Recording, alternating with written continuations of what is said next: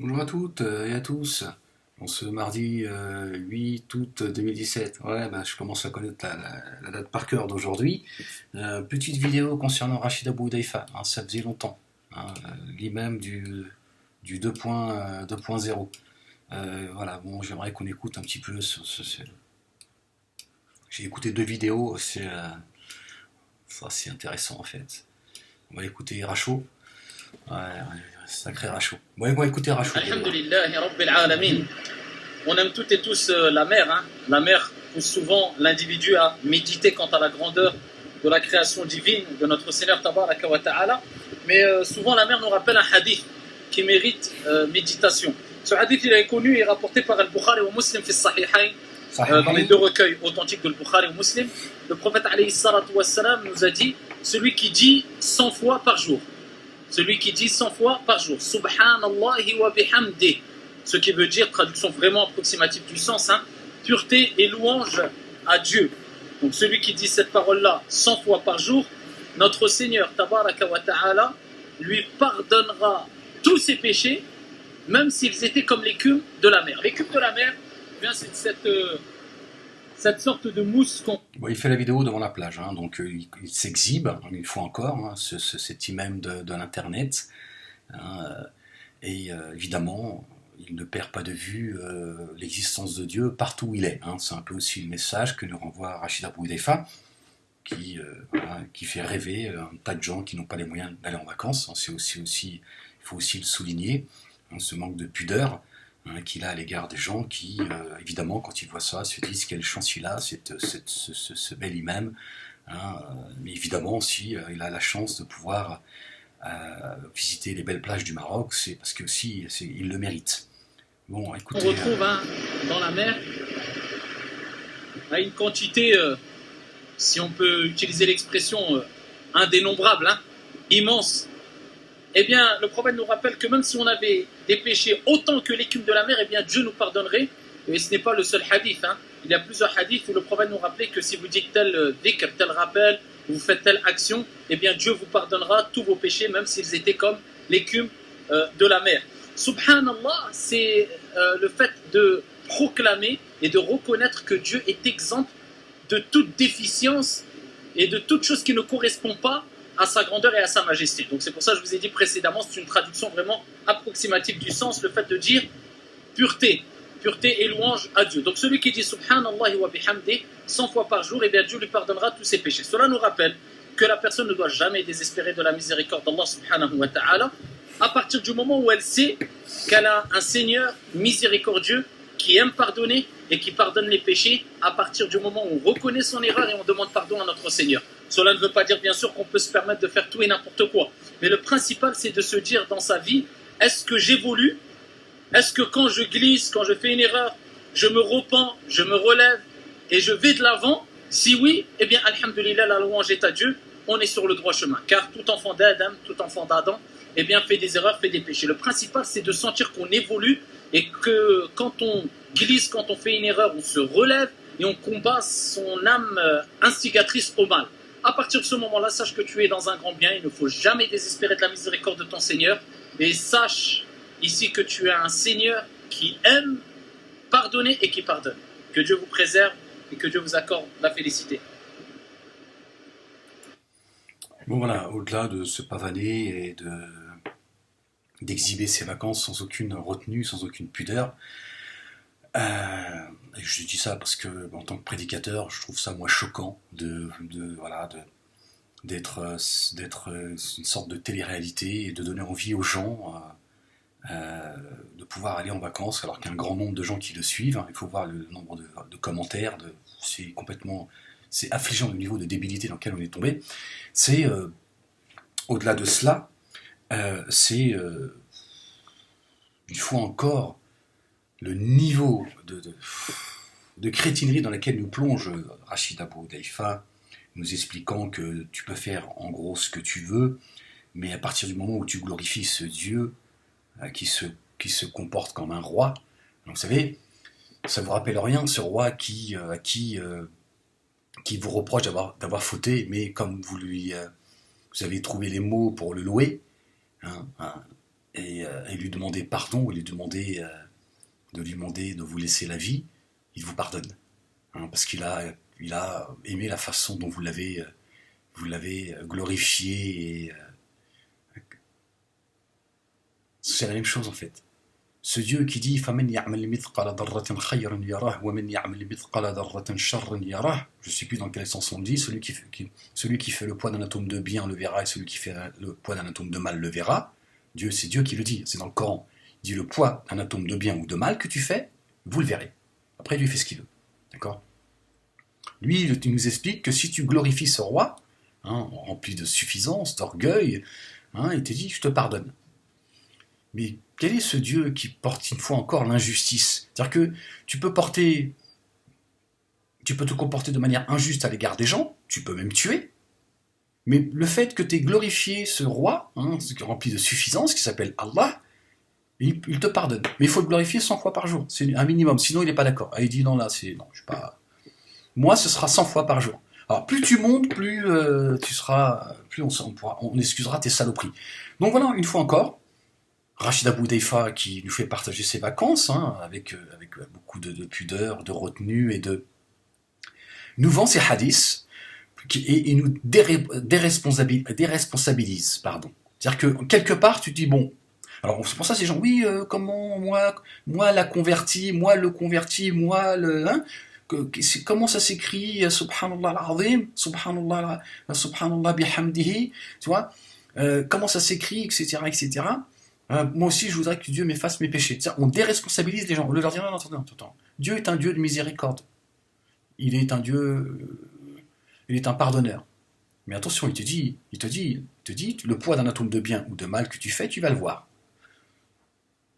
Donc ne compte pas trop sur ta louange pour effacer tes cochonneries et tes conneries. À un moment donné, tu vois, il faut responsabiliser les gens. Voilà comment on déresponsabilise les gens, comment on les rend, sous bien sûr, sous couvert de c'est un Dieu de miséricorde. Non, c'est un crétin, ton Dieu. Ton Dieu est un débile mental. Voilà. Qui te dit, si tu viens me louer, si tu viens me caresser dans le sens du poil, tu seras pardonné de ce que tu as fait. C'est génial comme religion. Alors, bien sûr, évidemment, comme il sait que ça tient pas la route, et là aussi c'est très intéressant, il dit, ça permet pas de faire tout et n'importe quoi. Ah, tu reviens à la raison quand même. Donc pourquoi tu nous dis tout ça alors? Si tu nous dis Dieu ne permet pas que vous fassiez tout et n'importe quoi, qu'est-ce que c'est que ces fables que tu nous racontes, Rachida Boudaifa?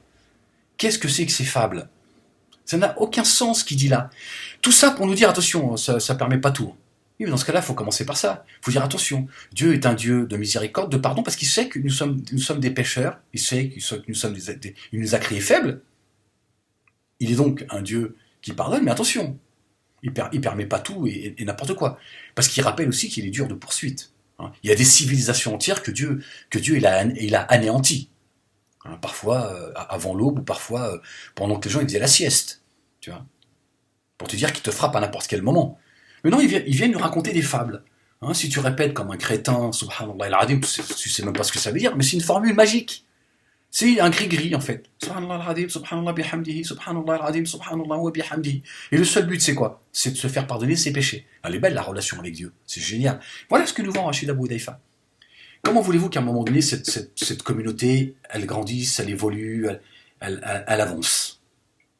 Ou elle cherche des slogans religieux. En fait, c'est de la superstition, en fait. C'est de la superstition religieuse.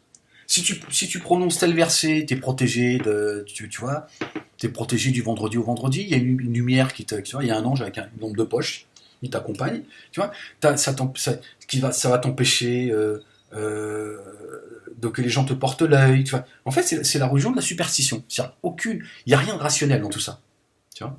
Et lui-même, hein, dans son discours, tu vois bien qu'à un moment donné, il croit pas à ce qu'il dit. Il dit, bon, ça permet pas de faire ou de dire tout et n'importe quoi. Mais qu'est-ce que tu racontes alors? Pourquoi tu nous expliques tout ça, Rachida Boudaifa? Qu'est-ce que c'est que cette superstition religieuse? Qu'est-ce que c'est que ce roi qui aime qu'on le glorifie et qui aime tellement ça qu'il est prêt à te pardonner tes péchés? Qui est ce Dieu qui a dit, je me suis interdit moi-même l'injustice? Moi, tu me fais du mal, j'en ai rien à foutre que tu as glorifié Dieu du matin au soir. Je dis Dieu, soit tu es juste, ou soit tu es un escroc. Moi, il m'a fait du mal. Moi, je suis voué à l'enfer, donc je n'ai plus rien à perdre. Je veux que cette personne, elle paye. Elle paye le mal qu'elle m'a fait. Et lui, il va me dire, oui, mais il a passé son temps à me glorifier. Ah, c'est super. Toi, t'es un bon Dieu, toi. Super. Hein, bah, finalement, je préfère l'enfer que ton paradis. Voilà ce que j'ai envie de répondre à ces gens-là. Tout simplement. Voilà. Voilà, c'est tout. Bon, j'aimerais vous faire écouter aussi une autre vidéo. Allez, puisqu'on y est.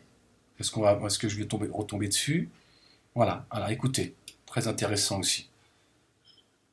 Non, parce que je ne vais pas faire 36 vidéos de Rachid. Alhamdulillahi Rabbil Alamin. Blablabla. Donc, je suis de retour du Maroc et beaucoup m'interrogent sur mes origines. Bien sûr, je suis d'origine marocaine, j'ai des origines marocaines. Et des personnes s'interrogent concernant le fait d'aimer un pays. Est-ce qu'on peut vraiment aimer un pays? Est-ce que cela fait partie des choses interdites en islam? Certains vont jusqu'à se poser cette question-là. Il faut Ils savoir. ont tout religieux, c'est-à-dire que tous ces vacances elles sont religieuses. Son amour pour un pays, tout s'explique par Dieu et son prophète. C'est complètement hallucinant. Que les sentiments, c'est quelque chose d'humain, de naturel, et on ne contrôle pas toujours nos émotions et nos sentiments. Les cœurs, comme le prophète alayhi salatu wassalam l'a bien dit dans un hadith, un récit prophétique authentique, sont une tartine à la sauce hadithiste, entre les deux doigts des doigts du miséricordieux Ar-Rahman, et il les tourne comme il veut. Donc aimer un pays, cela n'est pas du tout interdit en islam. Ces deux doigts. Ils pensent que, véritablement, ces gens pensent que Dieu nous ressemble. Hein. Et c'est un mal, évidemment. Il a un zizi, c'est pour ça qu'il nous vend lui aussi, tu vois, un paradis où on va tous se gaver, on va tous se taper des vierges du matin au soir. Bien au contraire, c'est quelque chose de naturel et il est autorisé, tout à fait autorisé et légitime et naturel d'aimer un pays. Moi, parmi les pays que j'aime, c'est le Maroc, pour plusieurs raisons. Parmi les raisons, c'est que c'est un pays qui est riche culturellement et spirituellement. C'est un pays très ouvert, tolérant, et c'est un pays où, bien sûr, en tant que musulman, on se sent à l'aise. Et ici, ça ne veut pas dire que le musulman doit réagir avec cet esprit tribal, de sorte qu'il va rejeter... Il dit tout et son contraire, c'est hallucinant. C'est-à-dire que, en fait, c'est un double discours rempli d'hypocrisie. Il te vend le Maroc comme le meilleur des pays, mais il va te dire, ouais, mais faut, tu vois, il va vanter l'Algérie, la Tunisie, il va te dire que le Maroc, c'est son pays. C'est-à-dire qu'en fait, il se sent pas français. Il te dit tout et son contraire, parce que ce sont des gens, ce sont des menteurs, en fait. Et voilà ce qu'ils nous vendent. Ils passent leur temps à nous vendre cette schizophrénie. Et ça devient plus qu'insupportable. Et donc, c'est pour ça qu'il est intéressant que je vous fasse écouter un petit peu ces vidéos, là, depuis les personnes qui ne sont pas de sa même origine. Ça, c'est interdit. Allah tabaraka wa ta'ala nous dit dans le Saint-Coran, Inna akramakum indallahi atqakum. Les personnes les plus nobles auprès d'Allah subhanahu wa ta'ala, ce n'est pas les blancs, ce n'est pas les noirs, ce n'est pas les Marocains ou les Algériens ou les Tunisiens, ce sont les plus pieux. À partir du moment où on a compris cela et qu'on respecte les personnes qui ne sont pas de la même origine, au-delà de cela, de la même confession que nous, eh bien, alhamdulillah, on a une bonne compréhension de la religion. Moi, je suis français, je suis marocain aussi, j'ai des origines marocaines, je suis fier d'avoir... Il est français et marocain. Voilà la schizophrénie qu'on est en train de nous vendre, en fait. Et vous allez voir comment il va trahir le Coran. Regardez bien. Mais vous avez vu, hein, je suis français et marocain.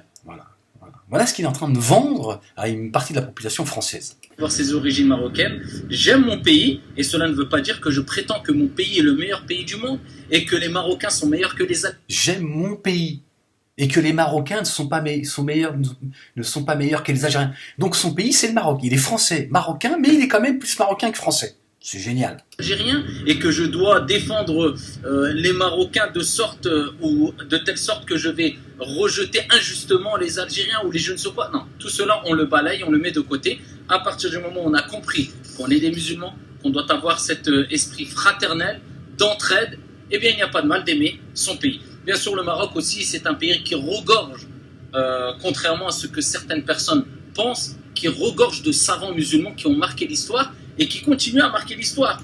Ici. Voilà. Donc il te dit, il ne faut pas faire la différence. Bien sûr, après il va te dire qu'il y a des savants, il y en a ailleurs, mais on voit bien qu'il est en train de nous vendre son nationalisme marocain.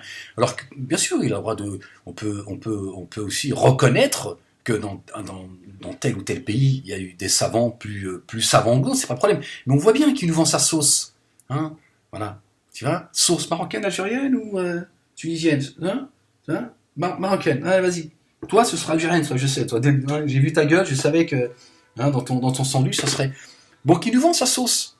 Hein, et il nous vend qu'il est plus marocain que français. Vous l'entendez comme moi. Ne faites pas semblant de ne pas comprendre ce qu'il dit. Voilà le danger de ces prédicateurs en France qui bousillent le cerveau de notre jeunesse. Voilà. Et qui va vanter le Maroc, sous-entendu je suis marocain, donc évidemment j'ai hérité de cette... Voilà, c'est la séduction. Et c'est par la séduction que Satan nous trompe. D'accord ? Satan nous séduit. Rachida Boudiaffa passe son temps à séduire, hein, comme tous ces intellectuels, machin, etc., qui passent leur temps à séduire la communauté musulmane plus que de les emmener vers une véritable connaissance. Voilà, ils nous vendent leurs vacances, leurs origines, etc., etc. Voilà pourquoi on en est là aujourd'hui. Il n'y a plus de profondeur, en fait. Au Maroc, aujourd'hui, nous sommes en 2017, eh bien, il y a plusieurs savants musulmans ici qui résident, qui vivent et qui transmettent la religion du Maroc. Et malheureusement, parce que les moyens, on va dire, dans les réseaux sociaux, ces personnes-là ne sont pas assez mises en avant, eh bien, les gens ont l'impression que les savants musulmans résident que dans un seul pays du monde.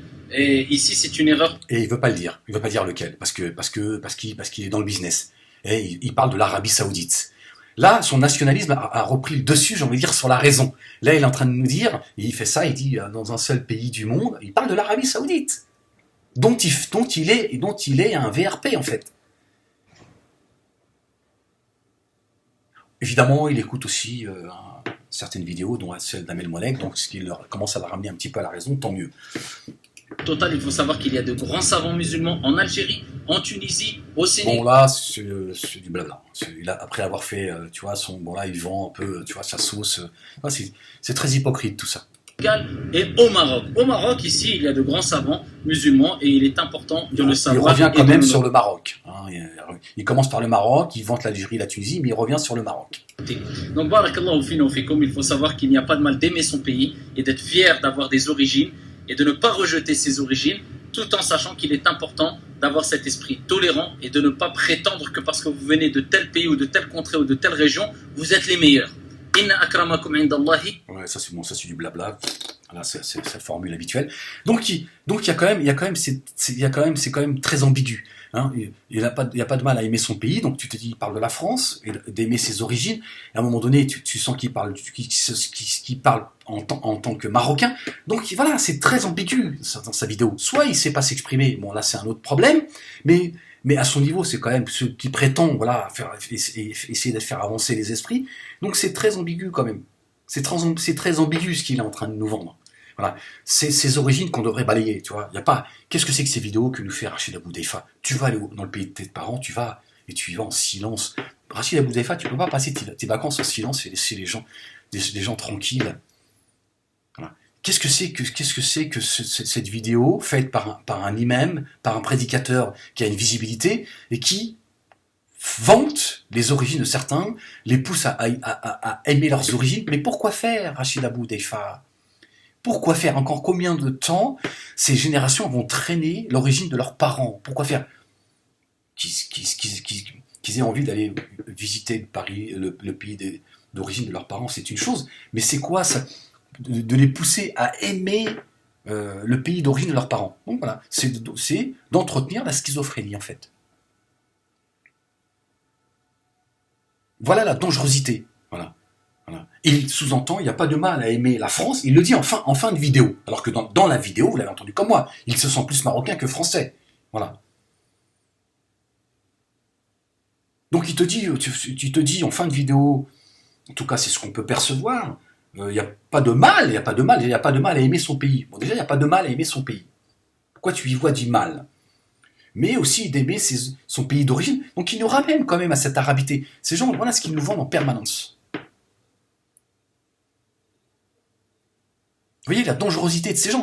Et la vidéo dont je parlais, de prendre exemple du Qatar concernant cette immigration zéro, pareil, Rachida Boudiaffa, je lui dis, écoute, t'aimes le Maroc à ce moment-là? Écoute, le Maroc est un beau pays, rentre chez toi.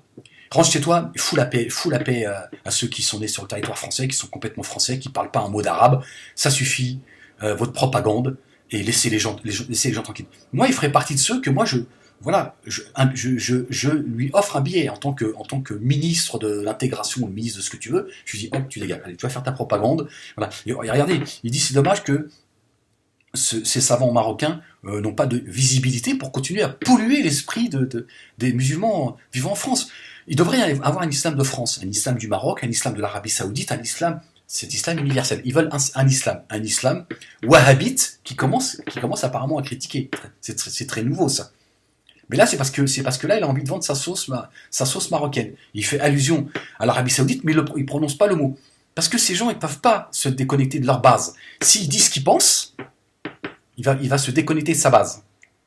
Donc il lance des petits... c'est une erreur de penser que l'Arabie Saoudite sont les représentants d'un seul islam. Vous voyez, ces gens ne sont pas clairs en fait. Ils ne sont pas clairs du tout et ils sont dangereux. Parce qu'eux-mêmes, ils ne savent pas. Rachid Abou Daïfa, c'est pareil, il est torturé. Il ne sait pas qui il est en fait. Il se sent plus marocain que français. Mais sa situation fait qu'il se doit de tenir un discours auquel il ne croit pas en fait.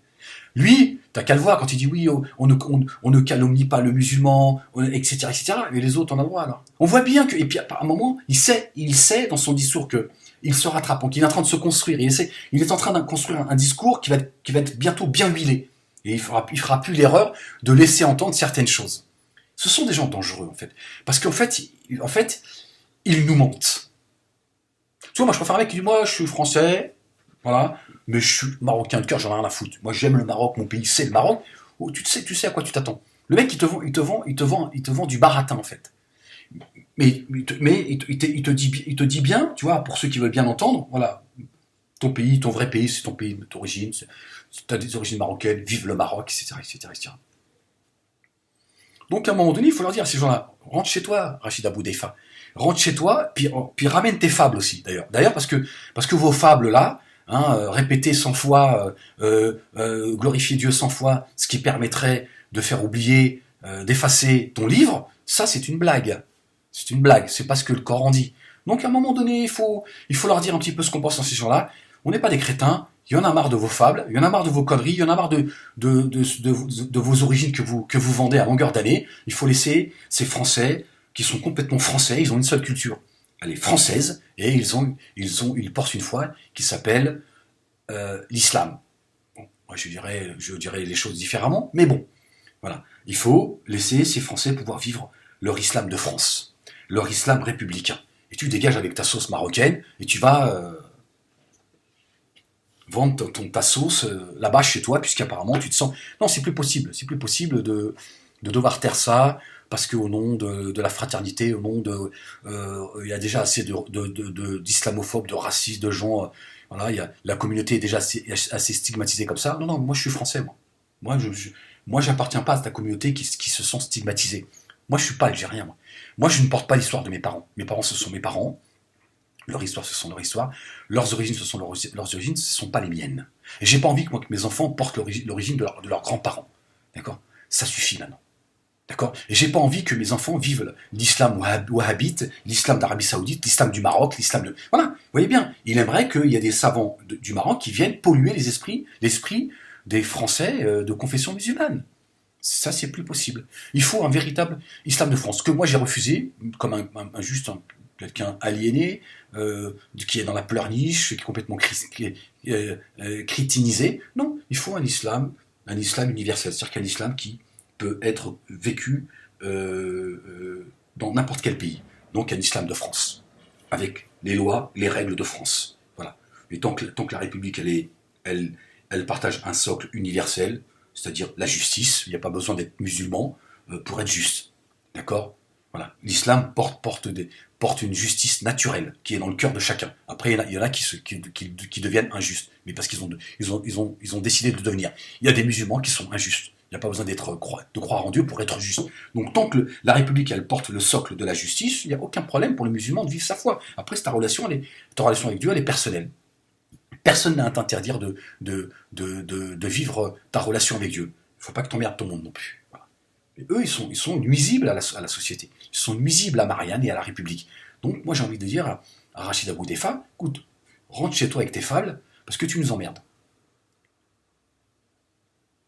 Mais j'ai surtout envie de décortiquer tout cela avec vous et de vous dire, attention, son discours, même s'il y a une part de sincérité, il y a aussi une part de foutage de gueule. Donc à un moment donné, il faut dénoncer ces gens-là. Il faut cesser d'être dans la pseudo-unité, etc. Déjà, il n'y a pas d'unité. Mais moi, je suis pas là, moi, unité de quoi? Moi, je suis français, j'aime mon pays, et j'ai pas envie que ces gens ils continuent à polluer les générations à venir, et celles qui ont déjà un certain âge. Il faut les préserver de cela. De leur dire, voilà, cet homme est un homme dangereux. Il raconte tout et son contraire. Il raconte voilà, des fables. Voilà. Et il vous déresponsabilise devant Dieu. D'accord? Dieu te dit, le poids d'un atome de bien ou de mal que vous avez fait, vous le verrez. D'accord? Lui, il nous dit qu'en glorifiant ce Dieu qui aime qu'on le brosse dans le sens du poil, il va vous pardonner. Donc voilà. Donc Dieu te dit, je suis un Dieu juste au point de m'être interdit l'injustice, et lui il te dit, Dieu est un Dieu injuste, qui est prêt à te pardonner tous tes péchés au détriment de ceux qui demanderont justice. Ben non, si tu as péché, à un moment donné, celui qui a subi l'injustice, il a le droit de dire à Dieu, moi je ne me pardonne pas, moi Dieu.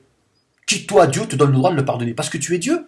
Donc permets-moi de te dire que tu es un Dieu injuste. Tu fais ce que tu veux de moi, je suis ta créature, je ne peux rien contre toi.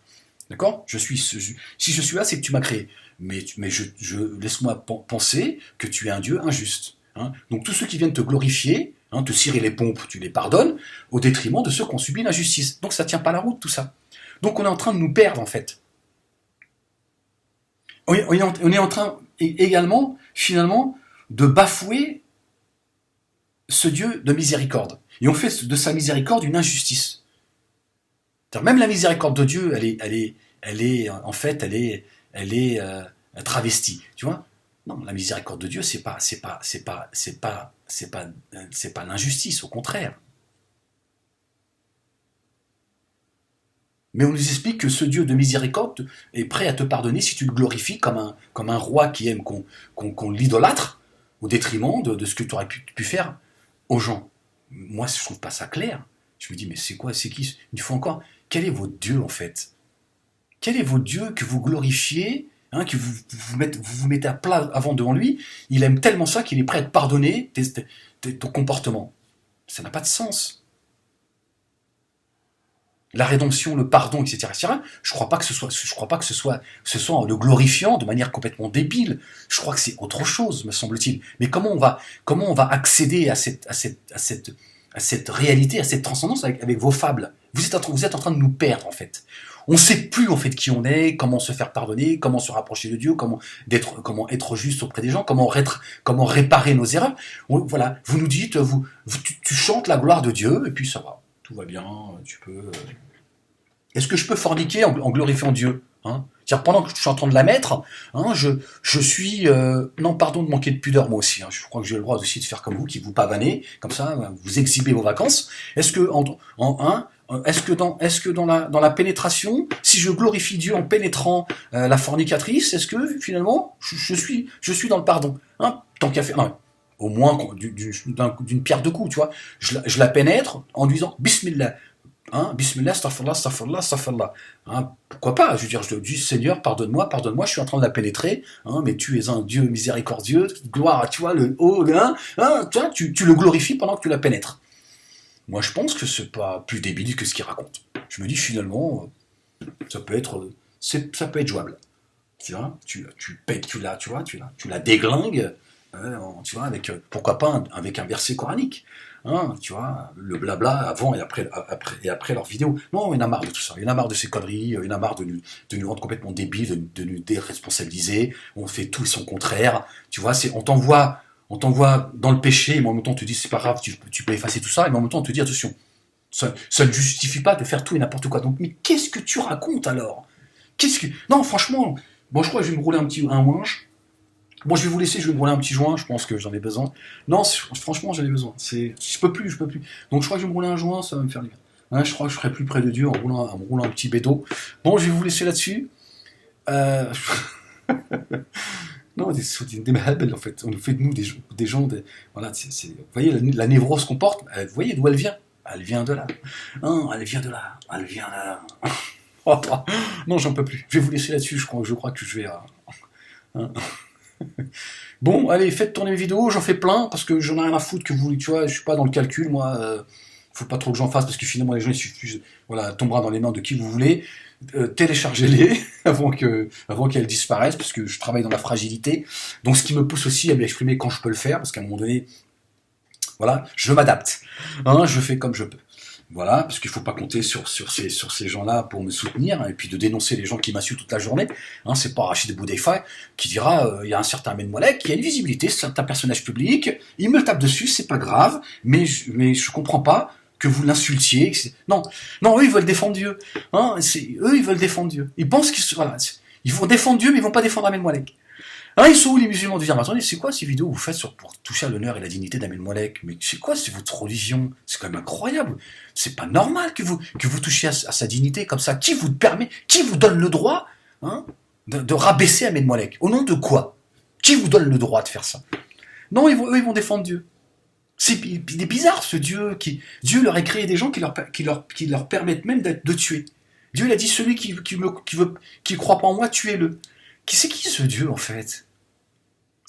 Quel est ce Dieu qui permet de tuer, tu vois, au nom de leur croyance? C'est très étonnant quand même. Ces gens qui pensent qu'ils peuvent tuer si tu crois pas en Dieu. C'est très étonnant. Qui est ce Dieu? Dieu il a créé des êtres humains pour tuer d'autres êtres humains au nom de « il croit pas en moi ». Il s'emmerde Dieu dans sa vie ou quoi? Je comprends pas. Je veux dire, il a pas d'autre chose à foutre. C'est très étonnant quand même. Ou ceux qui veulent nous vendre leur paradis. Mais j'en ai rien à foutre de ton paradis, que tu m'emmerdes. Pourquoi tu me vends ta sauce? T'es en train de me vendre ton paradis. Le mec, il veut absolument que tu adhères à sa thèse, sinon il t'en veut. Mais j'en ai rien à foutre de ton paradis. Comme toi, j'en ai rien à foutre de ton enfer que t'es en train de me vendre. Non mais c'est incroyable, ces vendeurs de je sais pas quoi, tu vois. Va vendre des tours Eiffel, tu vois, sous la tour Eiffel. Non, mais le mec, il est là, il veut me vendre son paradis. Oui, au nom de je veux que tu ailles au paradis avec moi, le mec, il est prêt à tuer. Mais t'as pas compris, je veux pas de ton paradis. Fous-moi la paix. Est-ce que c'est possible? Non, mais c'est fou en fait. Non, il n'y a plus de raison en fait. On n'est plus dans la raison en fait. Vraiment, on est tombé à un niveau de débilité. On est en train de perturber nos cellules nerveuses. Tu vois, on ne sait plus en fait. C'est plus l'autre, tu lui dis c'est pas grave si tu pêches, glorifie Dieu, ce Dieu orgueilleux, il te pardonnera. Le Coran il nous dit tout le contraire, tu vois, Dieu nous met en garde, il dit attention, le poids d'un atome de bien ou de mal que tu feras, tu le verras. Tu vois, déjà rien que quand tu dis ça, déjà t'as mal à la tête. Tu te dis c'est la merde, je vais arriver avec mon livre là. Il y a plein de saloperies dans mon livre, donc déjà, tu vois, rien que déjà de rencontrer Dieu avec ça, t'as déjà mal à la tête. Et l'autre, il est en train de nous raconter que si tu Subhanallah al-Azim, Subhanallah bihamdihi, je sais pas ce qu'il raconte, et il nous dit, bon, tiens, si tu faisais autant de péchés, autant que l'écume de la mer, machin, tu sais. Bon, allez, je vais me rouler un bédo là, parce que là, j'en peux plus. Là, Rachou, tu déconnes, hein, c'est sur tes épaules. Ah oui, mais attends, cousin, t'es marrant, toi. Je veux dire, il y a aussi des gens qui pensent et qui réfléchissent. Hein. Je veux dire, t'es pas ta secte là, la secte de Machallah, qui sont là, comment ça s'écrit, machin. Putain, les mecs, voilà, tu leur vends tout et n'importe quoi. Hein. Les mecs disent comment ça s'écrit, et puis il est là toute la journée. Subhanallah al-Adim, Subhanallah al-Adim, Subhanallah al-Adim. Moi, j'en suis à combien? Chérie, j'en suis à combien? Oui, mais éteins la télé là. Oh, je recommence. Ouais, mais c'est chiant aussi. Je suis en train de louer Dieu. Ah, j'ai fait des conneries là, il y a une époque là. Enfin, il y a 2 jours déjà. Attends, alors je recommence. Alors, chut, baisse le son. Oui, mais attends, t'es chiante aussi. Je sais pas, va faire à bouffer, elle fait la vaisselle, laisse-moi louer Dieu. Subhanallah al-Adim, Subhanallah al-Adim, Subhanallah al-Adim, Subhanallah al-Adim, Subhan bihamdihi. Moi, je sais plus si tu.